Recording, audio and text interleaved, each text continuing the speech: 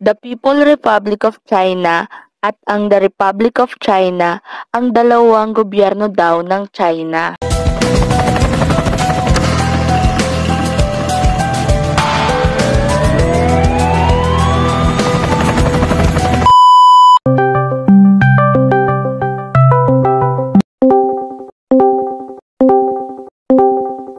Hi guys! Hi! Hi, I'm Mara Patricia Garganta from Bus 3-2 at yung topic ko is about sa key stakeholder ng issue natin ngayong pag-uusapan sa episode na to and yung current development. And I am Ira May Iliktawa from Bus 3-2 at ang topic na i-discuss ko ngayon ay sa issue na ito is yung about sa background niya. Hi, I am Chermy Manuson from Bus 3-2 and ang i-discuss ko naman ngayon is history of the issue. Hi, ako si Juliana Isabel C. de la Cruz, 21 years old. Bus 3-2, yung part na na-assign sa akin is yung analysis and implications ng conflict na pag i-discuss natin sa podcast na ito. So, kumusta ba ang lahat? Ano ba? Okay naman, buhay pa naman. Ayos pa. Kinakaya, ang init. Balita ko nga parang sobrang nagre-ready daw kayo sa episode na to Ay, naghanda. Sakto lang yung nagsabi noon, hindi yun totoo. May idea ba kayo sa title na pag-uusapan natin ngayon? Yes, meron. Yes. Hindi pa ganda. Wow. Huwag naman siya natin pag-usapan. May idea na pala bago pa mag-start. So, eto na nga. Yung title ng episode natin ngayon ay pinamagatang Love Triangle of US and China between the relationships sa diplomacy ng Taiwan. Love triangle. Lakas makakita yung first Sino yung lead role? dyan. Mama, ano to yung lead role Sino kaya may hawak nun? Si Grabe. Sino yung second lead ay? Feeling ko team second lead ako. Sino bang Kasi madalas nasasaktan yung hindi napipili. Iba yan ate. Ito international relationship. Kakanood ng K-drama yun. Oo, kakakay-drama nyo yan. Sige. Tigil-tigilan nga. So, eto na nga. Paraan, di ba, parang ang dami-daming international issues na nagaganap. Like, yung Ukraine at Russia, Israel at Palestine, yung inatake daw yung Lebanon at Iran, yung mga side na nangyayari sa iba't ibang bansa, like Congo, yung mga pagbo-boycott na nagaganap doon sa mga fast food chains, sa mga coffee, like Starbucks, lahat ang daming issues. Ngayon naman, pag-uusapan natin yung matagal na talagang issue sa pagitan ng dalawang great power. Siyempre, US at yun na. Kaya, Kilalang.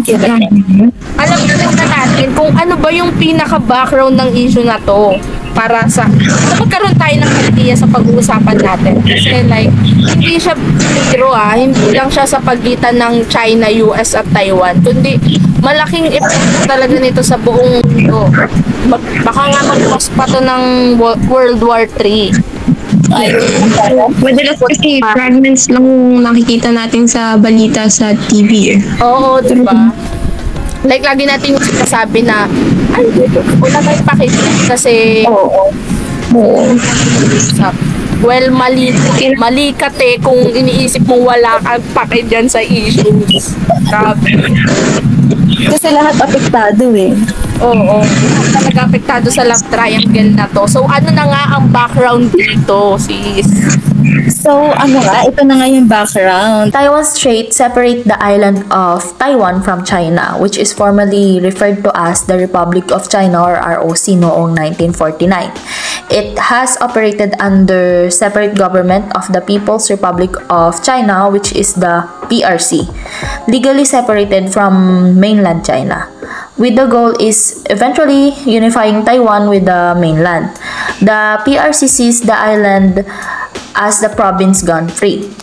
And there is different opinions among political leaders in Taiwan. So Taiwan as the Republic of China or ROC is the official name for a wealthy and democratic island nation that is divided from China by the Taiwan Straits. So at that time, Beijing does not recognize Taiwan as independent nation because it has historically considered Taiwan to be their lost territory, which is why they have to threaten to claim Taiwan by force. So, nag-start tong issue na to noong Chinese Civil War, which is noong 1946 to 1949, which came to an end when the defeated ROC government retreat to Taiwan, where still exists in the basis of the complicated relationship between the People's Republic of China on the mainland and the Republic of China on the island.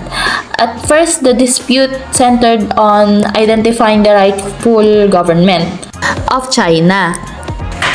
So, by the close of 20th century though, Taiwan's determination to pursue its independence from the mainland and its belief that the island was an integral part of China were at odds. So, after ng World War II, the Chinese government regained control over Taiwan. However, at that time, the Republic of China had lost the Chinese Civil War to the Communist Party of China, which is leaving Taiwan as being exiled system with few resources, a lot of refugees, and a very poor population that was struggling to survive. So, bali ang nangyari kasi dito is by the middle of 1960s, the Taiwan was significantly depend on US economic assistance, which is the US wants Taiwan to grow their economy despite of lacking despite of lacking formal diplomatic ties. The USA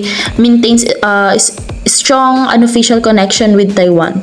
The foundation of their alliance and the driving force for increasing American involvement with Taiwan is the shared ideas, close trade, economic connection, and also to reboost people-to-people ties between the US and Taiwan.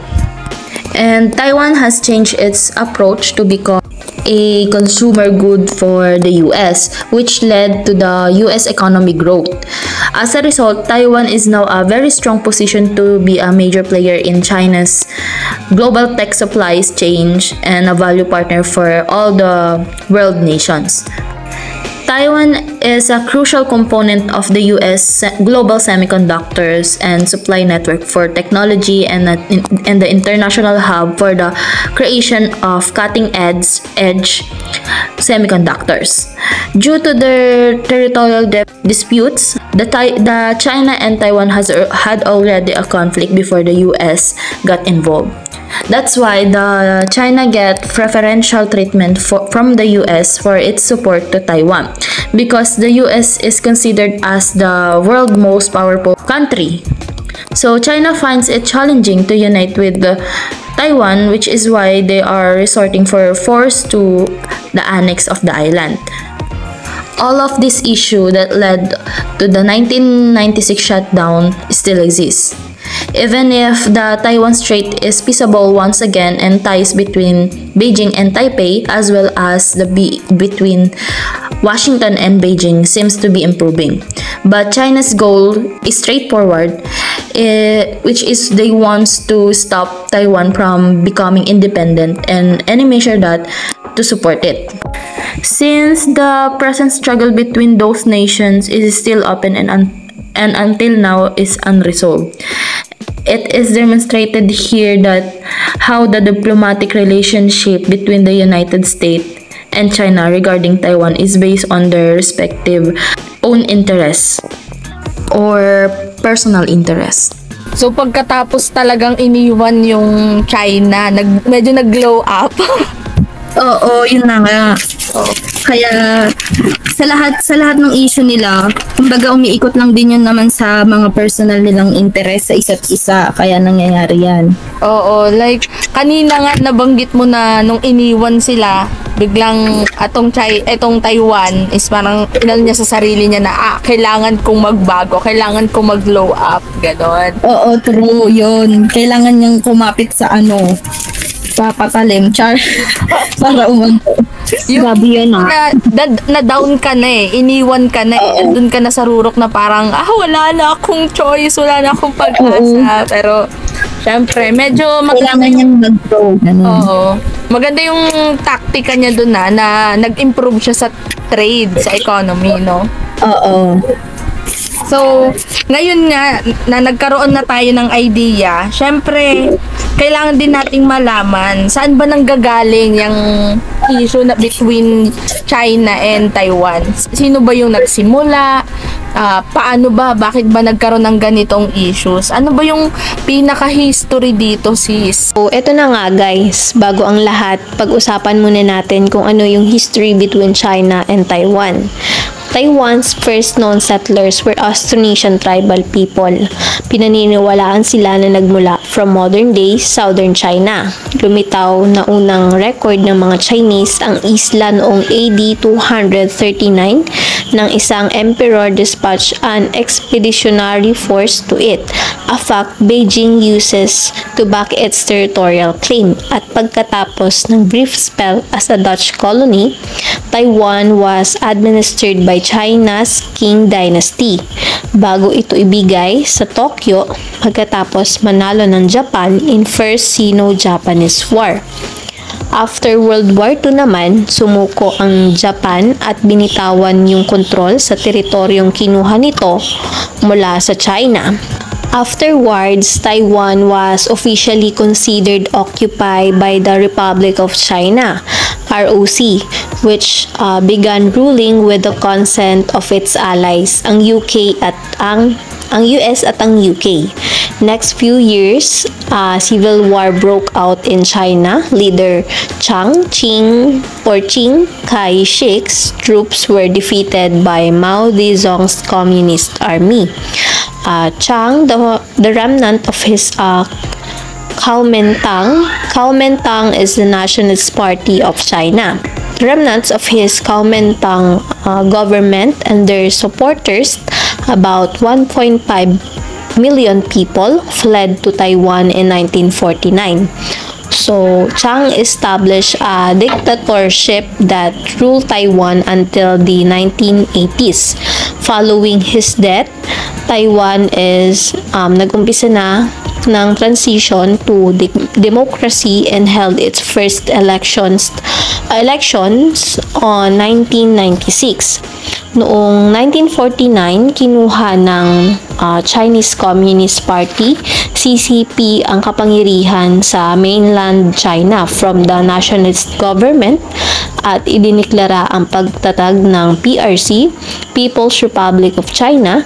The nationalist government evacuated the administration of the Republic of China, ROC, gaya ng island province of Taiwan, na nakipaglaban sa kapangyarihan ng CCP sa mainland. Ang US at other governments continue for some time to recognize the Republic of China, ROC, as the government of all China. That policy changed in the 1970s. The Taiwan Strait ito yung body of water had in approximately 110 miles wide at its wide point. Separates the island of Taiwan from the mainland of China. As a result, relations between China and Taiwan are often referred to cross-strait relations. January 1, 1979, ang US at ang PRC ay nagtatag ng relasyong diplomatika or democratic relation ng China almost 30 years after the communist government came to power in 1949. At the process of establishing democratic ties with the US began in February of 1972 when President Nixon visited China. That visit produced the Shanghai Communique, which was an acknowledgement by China and the US that the two countries face obstacle establishing diplomatic relations, but also that they would work toward normalizing their relation. The problem centered on the fact that both China and Taiwan claim that there is only one China and that Taiwan is a part of China. But each side also claimed to be the legitimate government of China, which Taiwan using the formal name Republic of China, ROC, to express that claim, and China naman is ginagamit yung formal name na People's Republic of China, PRC. Tinutulan ng PRC ang pagkakaroon ng diplomatic relation ng US sa PRC at sa ROC after Taiwan, dahil nangangahulugan ito na ang US believe that were two Chinas and not just one China. Dagdag pa, hinihiling ng China na bawiin ng US ang mga tropa nito na nakatalaga sa Taiwan. Ngunit tumanggi na mangako na hindi gagamit ng pwersa ang PRC para muling pagsamahin or reunite ang isla ng Taiwan sa mainland ng China, which the US asked the PRC to promise.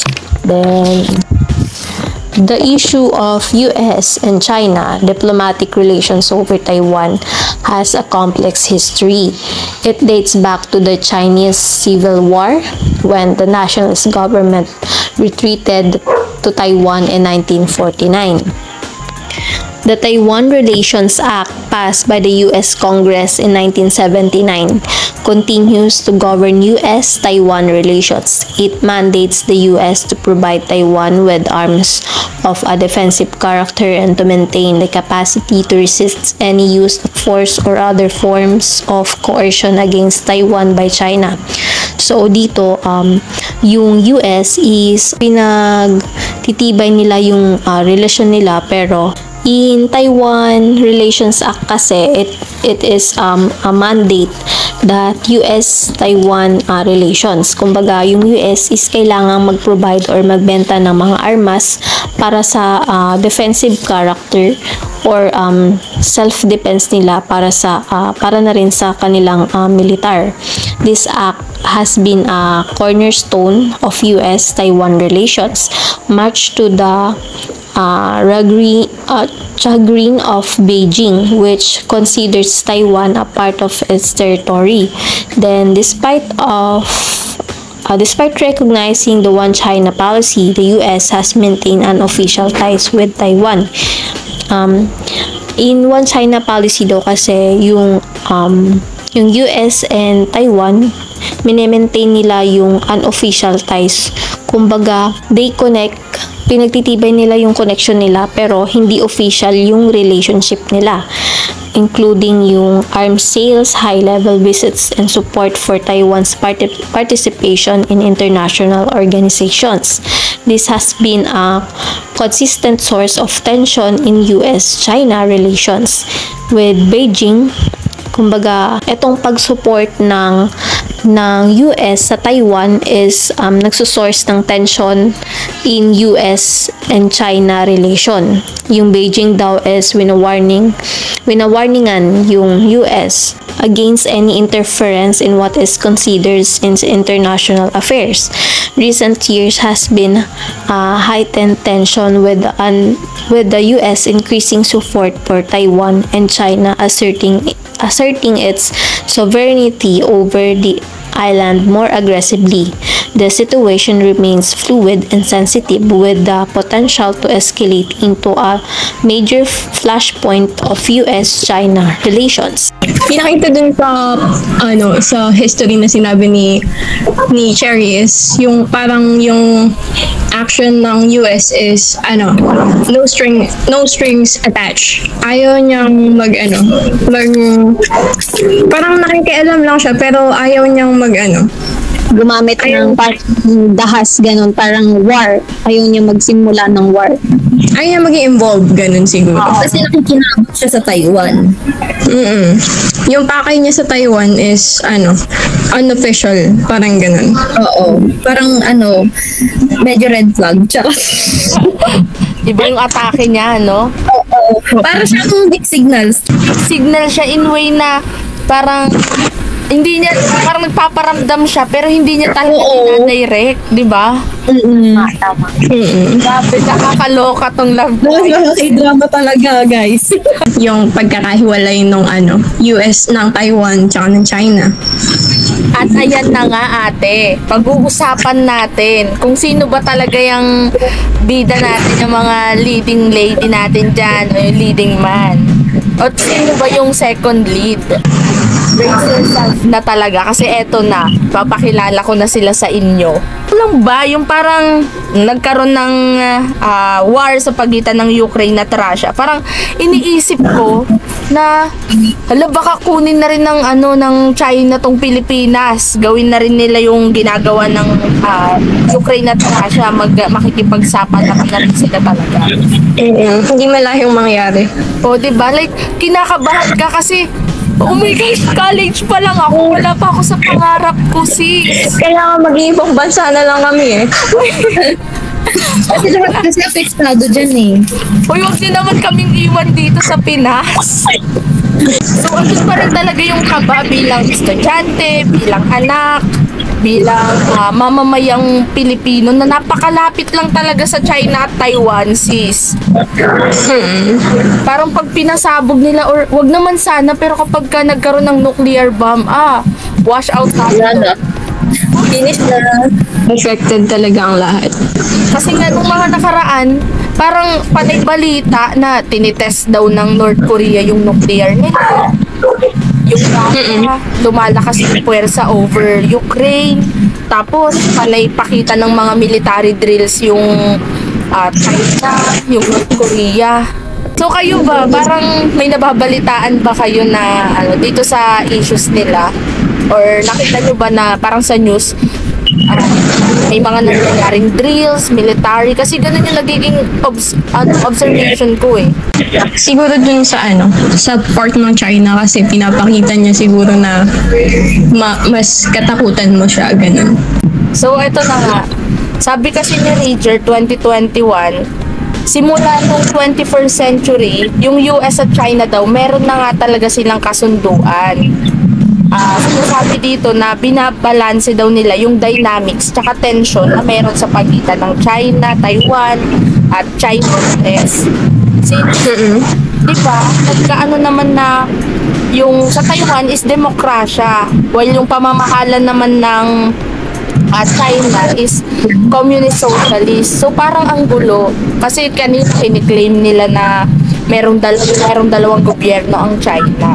Although sinusunod naman ng Taiwan yung gobyerno and yung political pamamahalan ng China, pero siyempre at the same time sinasabi pa rin nila na independent sila.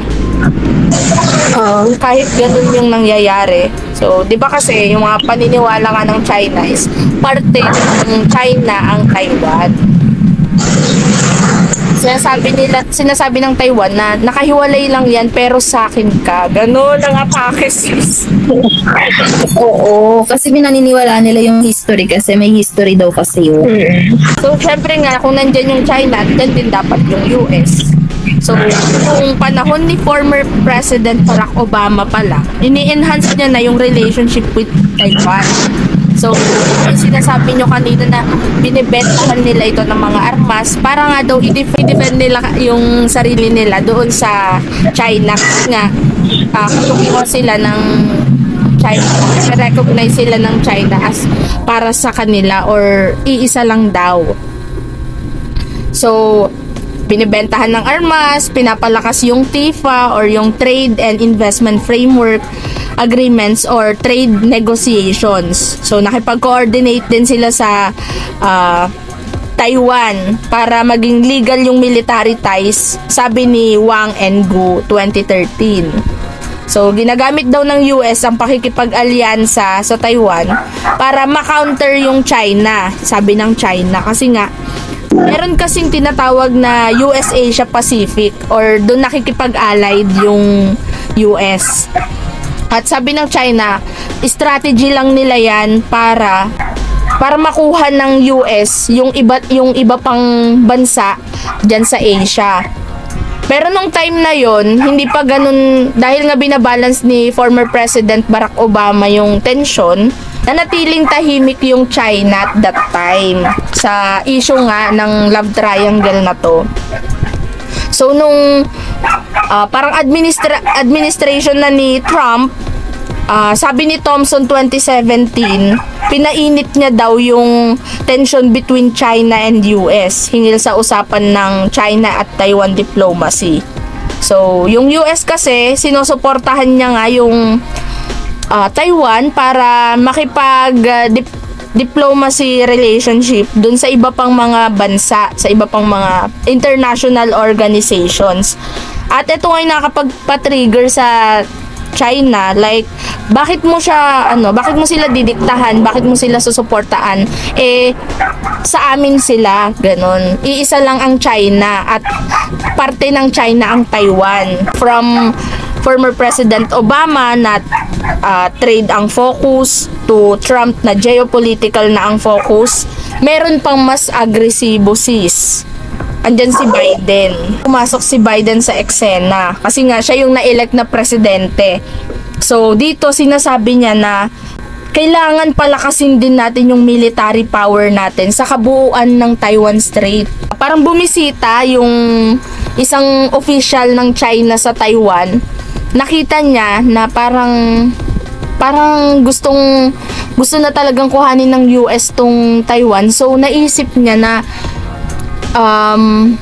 mas palakasin or palawigin pa yung military power ng China over dun sa Taiwan. At tong si Taiwan President naman noong 2022, naisipan niyang pumunta sa US kasi nga yung binabalak ng China na mag-base na dun yung mga military troops ng China sa Taiwan. Is pumunta siya or humingi siya ng tulong sa US noong 2023 para palakasin yung alyansa militar at mag-ready na daw tayo sa war. Oh no, diba? Threat daw yon, sabi ng US. Kaya ang ginawa niya, binigyan niya o kinalat niya yung mga military troops niya sa iba't ibang panig dito sa Asia, kagaya ng Japan, South Korea, sa Guam, at 'di ba nga nung panahon ni President Duterte, ang nangyari, pinaalis niya yung mga US troops dito sa bansa. So, nung nagkaroon ng eleksyon at nanalo si President Bongbong Marcos, pinabalik niya, inopen niya uli yung military base ng US troops sa lahat ng panig dito sa Philippines. Kasi 'di ba umiinit din yung tension between China and Philippines. And yung mga recent na activities na pagbobomba-bomba, yun daw yung gustong iwasan. So, sabi nila, ang gusto daw mangyari nung mga nasa Asian countries, parang i-pull out na yung mga tao dun or yung mga national nila sa Taiwan kasi nga magkakaroon na nga daw ng matindihang World War III. Yung Taiwan naman, ang role niya dito is naniniwala pa rin sila na yung Taiwan is sa kanila, hindi sila parte ng China. Independent sila, yun yung paniniwala ng Taiwan. Politically dependent lang daw sila sa China kasi nga kaya pa naman daw nilang makipag-alyansa sa iba't ibang bansa, sa iba't ibang organization. Hindi lang naman daw China yung nagdidikta. So, kasi naniniwala yung mga Taiwanese, kasi ganito yan, may poll survey na ginawa na dumadami na daw yung mga nakatira sa Taiwan na nire-recognize nila yung sarili nila as Taiwanese instead of Chinese. At naniniwala rin sila na independent na sila kasi 12 countries na daw kasama yung Vatican City ang nagre-recognize sa kanila. Ano pala, ang tagal na ng issue na yan, di ba? So, meron bang development sa issue na yan since matagal na nga? Ano kaya yung mga naging development sa issue na yan? Sa halos 70 years o higit pa na issue ng China at Taiwan, parang wala naman masyadong development kasi kailan lang nagkaroon na naman ng military drills malapit sa Taiwan. Tapos nagpapadala na naman sila ng mga military jets malapit sa air defense zone ng Taiwan. So si Taiwan naman, syempre ikaw ba naman papayag ka na parang api-apihin ka sa sarili mong lupa, sa sarili mong bansa? Syempre no. Ang sagot dyan ng Taiwan, nagre-ready lang sila if magkaroon na ng mas malalang tension between them. Analysis and implication. Yung pinaka-overall implication based sa mga conflict na nangyari ngayon is in the form of question. Will China invade Taiwan? Ito yung burning question that hovers large over dun sa complex geopolitical landscape. The stakes daw in East Asia are so high that yung invasion or violent conflict could be a potential catalyst for World War III. Nitong May, ngayong buwan ng May, ngayong taon, a meeting was occurred between US President Joe Biden at Xi Jinping, yung president ng China, that resulted sa imbes na maayos na pakikipag-usap ay yung resumption ng military-to-military communication na tuloy. Pero ang mahirap sa nangyari ay nag-spark siya ng potential war, although dinenay siya ni President Xi Jinping, yung idea is nandun pa rin dahil nabanggit yung 2027 potential invasion ng China sa Taiwan sa centennial celebration daw ng China's People's Liberation Army. Pero there is no given clues as to when mangyayari yung potential invasion.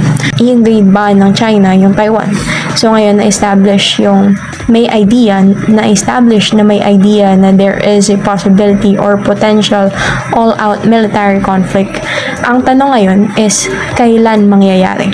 So when will China invade Taiwan? To be honest, there is no clear timeline. Sabi nga dun sa na-assign sa amin na narrative video, yung video namin, yung video report, all of this is just a one-dimensional narrative. Though we must not take for granted na yung narrative na nag-exist causes all this pagbabalance ng power dito sa among these actors sa issue na to. Yung pagpe-prepare ng bawat isa sa military defense, all our moves are affected by these narratives. Pero sa tingin ko, may good thing siya in a way na it can mitigate damages or prevent kahit pansamantala yung war. Since kasama sa mga narrative na ito yung possible effect of war, so with that in mind, we can also prepare hindi lang sa defense but also dun sa consequences during or after ng war. There is no clear timeline because international events don't follow a predictable script. Most often, yung mga security expert at analysts are reviewing yung moving parts without a definite answer kung kailan at ano yung magiging next move ng China para kaharapin yung Taiwan.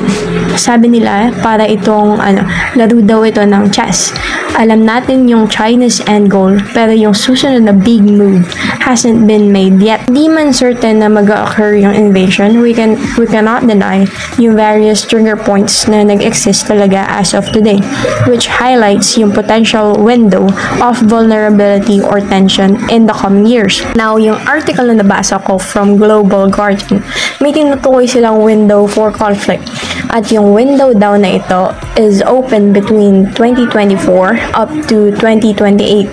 At yung chance daw na i-invade yung Taiwan ng China will likely be during this time frame.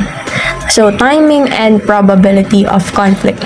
In a recent webinar on the Taiwan question from Global Guardian, senior intelligence analyst Zev Feintuch noted yung following trigger points for a China-Taiwan conflict. Yung first factor or circumstance that will trigger yung war to break out is yung Taiwanese presidential election noong January 2024. Yung presidential election na ito could bring another anti-China leader to the position of a president. Sa lahat daw ng possible trigger, ito yung presidential election na yung may most significant effect. With William Lai securing an election victory, he is sworn to office ngayong araw, which is May 20, and perhaps sabi ng mga analysts yung pinakamahirap na termino ng any leader of the democratically ruled island has ever elected since 1996. So why is that? Kasi hindi lang niya iniintindi yung pagmamanage ng relations with China, but also kailangan niyang i-maintain yung steady ties with US. Yung visible effect sa simula nung election ay ito yung pagtaas ng scale and frequency of military activities and Coast Guard patrols ng China malapit sa Taiwan.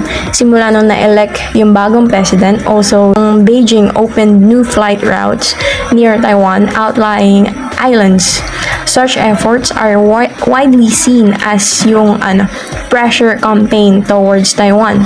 Pero kung ikumpara daw sa nakaraang mga taon, which is 2022 and 2023, where large-scale military exercises are held near Taiwan, Beijing's recent action ay considered na quieter daw, mas tahimik by comparison, because China, according kay Amanda Xiao, a senior China analyst sa International Crisis Group, sabi niya, China is trying to present itself as someone seeking peaceful unification and does not want to be seen as someone who deliberately behaves controversially in order to provoke argument or other strong reaction. Pinapakita niya ang I come in peace, yung land mo ay land ko, isa lang tayo, hindi ko kayo sasaktan. Parang ganun yung pinaparating ng China sa bagong strategy niya. For China views Taiwan as part of its territory and has repeatedly vowed to reunite with the island, but take note, by force if necessary. During the 4-year presidency ni Lai, within the time frame, binanggit ng US military and intelligence official publicly na yung Chinese leader Xi Jinping has prepared and set out yung Chinese military to have an invasion plan sa 2027 daw. Significant yung year na ito since it marked 100-year anniversary of the founding People Liberation Army. Pero sabi ng Taiwanese expert, 2027 shouldn't be viewed as a definitive year that China will invade Taiwan. Dahil kung titingnan yung Beijing calculation, it involves a factor. Kailangan pa rin nating i-prioritize yung effort to strengthen yung Taiwan's capabilities to defend itself. Another issue ay since Taiwan's pro-sovereignty Democratic Progressive Party came to power noong 2016, China has cut off all official communication sa Taiwan and also increase the level of pressure against Taiwan. Beijing has offered suggestion ngayong panahon na sila ay willing daw mag-open sa pag-increase ng exchange with Taipei by lifting some travel restrictions and hosting several delegations within Taiwan. Yung offer ng China to reopen cross-strait exchange, especially resuming group tourism between China and Taiwan, ay parehas daw na oportunidad at isang challenge para sa Taiwan's new government. Yung pagpayag daw ng bagong presidente of Taiwan would mean that they are handling their relation with Beijing responsibly. Pero yung pagbalik ng group tourism between China and Taiwan would create daw ng isang form of dependencies kung saan yung upper hand ay nasa China at pwede na itong tanggalin ulit or exploit yung Taiwan whenever suits their preferences. Yung inauguration ngayong araw na to, inauguration speech, magdidictate or will serve as a key indicator ng magiging stand or approach ng Taiwan to China, kung paano niya pag-uusapan or i-define yung cross-strait relationship holds a crucial significance sa position niya sa issue. So, another trigger point is yung US presidential election in November 2024. So, bakit important pati yung election ng US? Yung pinaka-focus lang naman natin is yung Taiwan, di ba? Pero, nakikisaw-saw lang naman yung US. Bakit important yung presidential election nila na gaganapin ng November 2024? So, ito ay dahil sa maaaring distraction na may cause nito sa US from their relation sa Taiwan. At yung pinaka-kinakatakutan that sets yung US-Taiwan relation on a thin ice is yung transition of administration. Isa itong pivotal moment since yung US officially supports the One China policy, pero the election for the current administration or the transition of administration can introduce uncertainties and potential distraction. Yung pagbabago ng leadership at certain policy direction may impact yung US ability to respond effectively sa geopolitical events, potentially creating a window of opportunity vulnerability. So yung US-Taiwan relation, habang yung tension between China and Taiwan will likely remain high, some experts daw say yung relation between United States and Taiwan will likely remain unchanged under the new Taiwan's government, since yung bilateral ties have reached a new level of stability yung noong previous holding of office ni Tsai Ing-wen. Yung bagong US-Taiwan relationship is to look forward daw, whether ito ay maging isang meaningful bilateral trade agreement or isang epektibong military sales. Pero despite yung predictability ng bagong Taiwanese government policy to incline yung sa direction nila towards US, sabi ni Nachman, yung US presidential election ngayong darating na November ay most likely isang rematch sa pagitan ng current President Joe Biden at former President Donald Trump.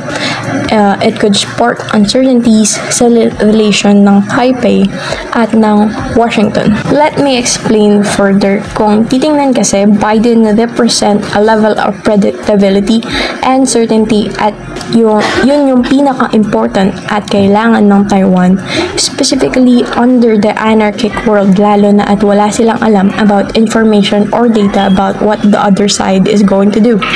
Pero kapag si Trump ang nanalo sa darating na November election, sabi ni Nachman, Taiwan's new administration should be prepared for some uncertainties.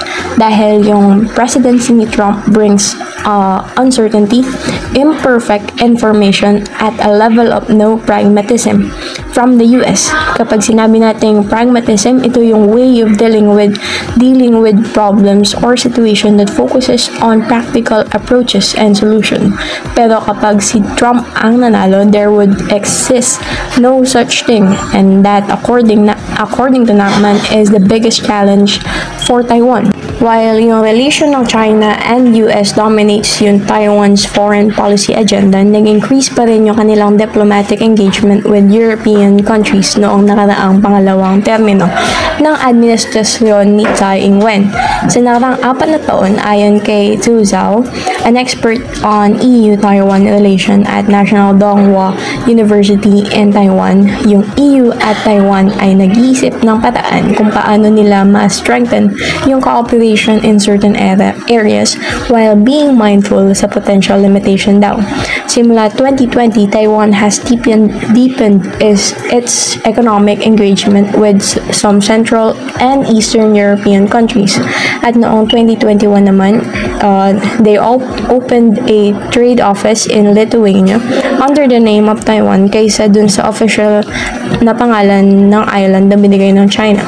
Since then, it has signed several cooperation agreements related to bilateral trade collaboration with countries like Lithuania and the Czech Republic. Ganun pa man, ang pagpapalakas ng ugnayan at pagperform ng bagong ugnayan ay suggested sa bagong administration ng Taiwan. The Lai administration needs to approach these newfound allies with a level of pragmatism by pursuing meaningful alliance in trade or increase exchanges, sabi ni Nakman.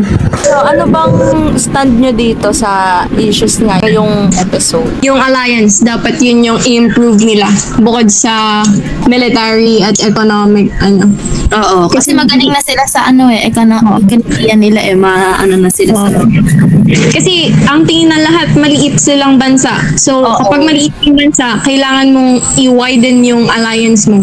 Thank you.